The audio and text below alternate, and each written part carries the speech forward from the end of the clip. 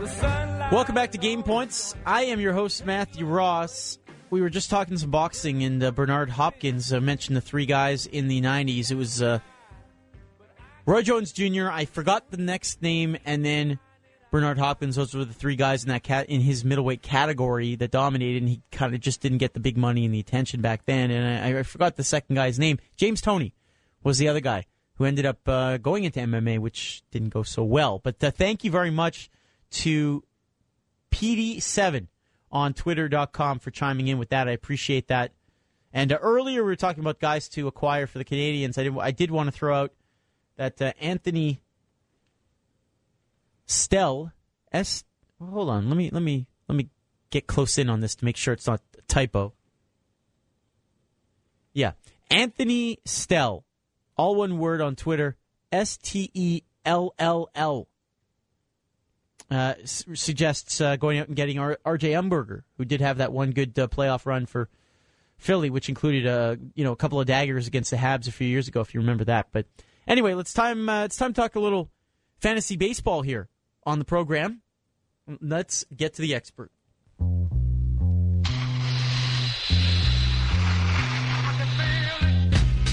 It's time once again for Game Points to bring in the expert. RotoWire.com senior editor Jeff Erickson here to teach you more than what you learn at that fancy school of yours. So take the crayons out of your ears, shut up, and listen good. Here is Jeff Erickson. Hey, Jeff, how you doing? I'm doing well, Matthew. Yourself? I'm doing a little less well than you after USA winning today over Canada. It was too bad. It was good for 7 innings. I feel bad that you didn't beat Italy, actually. I mean, that it was there for the taking, and it's just a case there where Canada's pitching just wasn't deep enough. I think that was really the real issue with that squad. I mean, they certainly had enough boppers in the lineup, I thought, that they could do a little bit of damage. Good win yesterday, at least. Yeah, it's kind of crappy when you know that Canada has a little more than Italy, for gosh darn sakes, and you're losing players that didn't come to play for Canada, and guys like Russell Martin, Brett Lowry, who had that injury for the Blue Jays, yeah, and that was a tough loss. Ryan Dempster didn't pitch this year, and Rich Harden, who's always hurt, and there were some guys that didn't end up playing for them that maybe could have helped their depth. But you're right, it came down to the bullpen and not being able to pull it off, and.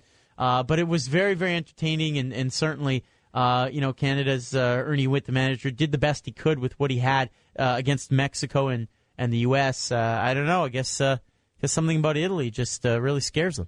I guess so. Ernie Witt had the line of the tournament, though, when they asked if anyone got hurt in that. Probably say, you can't hurt any Canadians. I love that. That was a great one.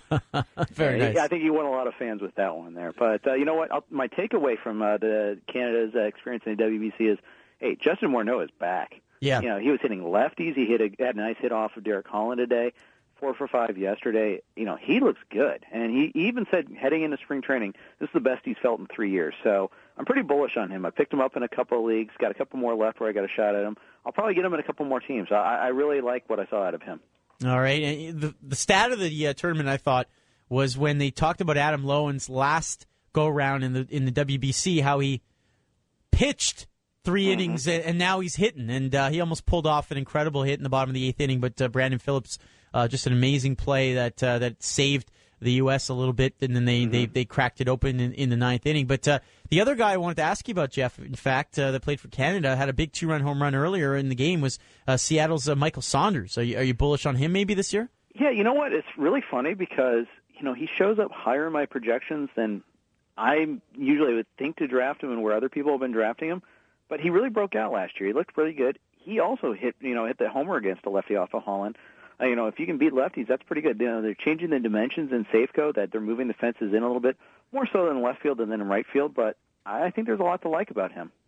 All right, elsewhere, let's keep with the theme here. We're talking about some of these players that have taken part in the WBC. Derek Holland settled down, though, after giving up a few runs there. Right. Your thoughts on him this year? The big thing was getting out of that second inning. After he gave up the homer, he had a couple more guys on, worked his way out of it. That might have been the two biggest outs in the game earlier today. He's a mercurial guy. He can throw a 5-hit shutout, or he can give up 8 runs. There's no, it seems like there's no in between for him. I think there's a lot of talent. I think there's some maturity still left to be gained. I think a tournament like this will help him. Yeah. And I think that he's going to be one of, like, if he's your 5th starter, that's pretty good. If he's your 3rd starter, it might be trouble.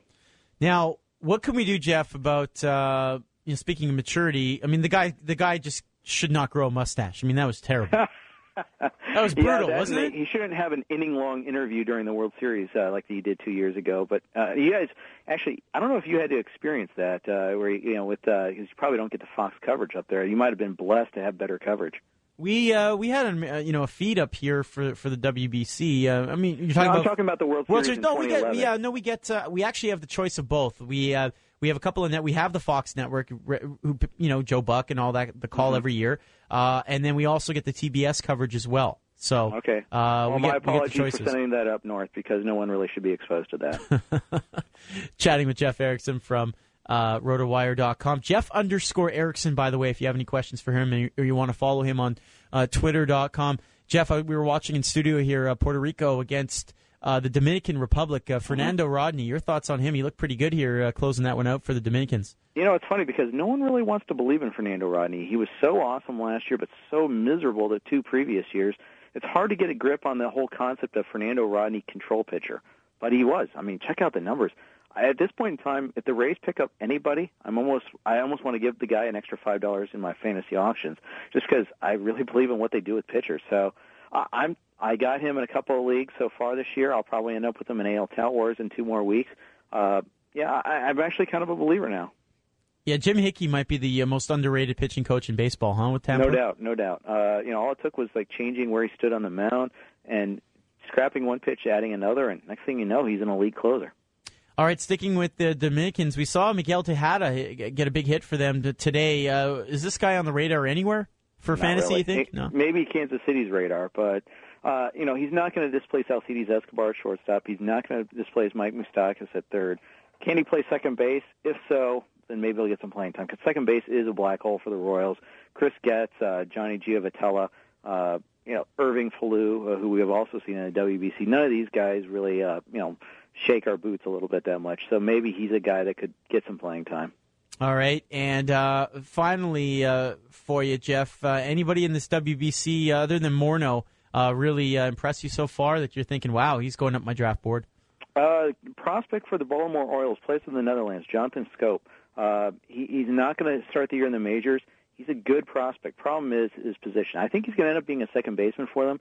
They've got Manny Machado currently playing third base while J.J. Hardy's manning short, but Machado's long-term, he's going to be a shortstop. So Scope's got to probably play second base. But that's wide open right now. I mean, who knows what you're going to get out of Brian Roberts or Alexi Casilla. Scope's a guy that I think the bat's ready to play pretty soon. It's a question of what position he's going to play. Rotowire.com is the website. Look for the magazine as well on newsstands for all the different fantasy sports. And Jeff_Erickson on Twitter.com to follow him there. Jeff, thanks so much as always for joining us. Really appreciate it. Hey, my pleasure. All right, there you go. That's Jeff Erickson from Rotowire.com.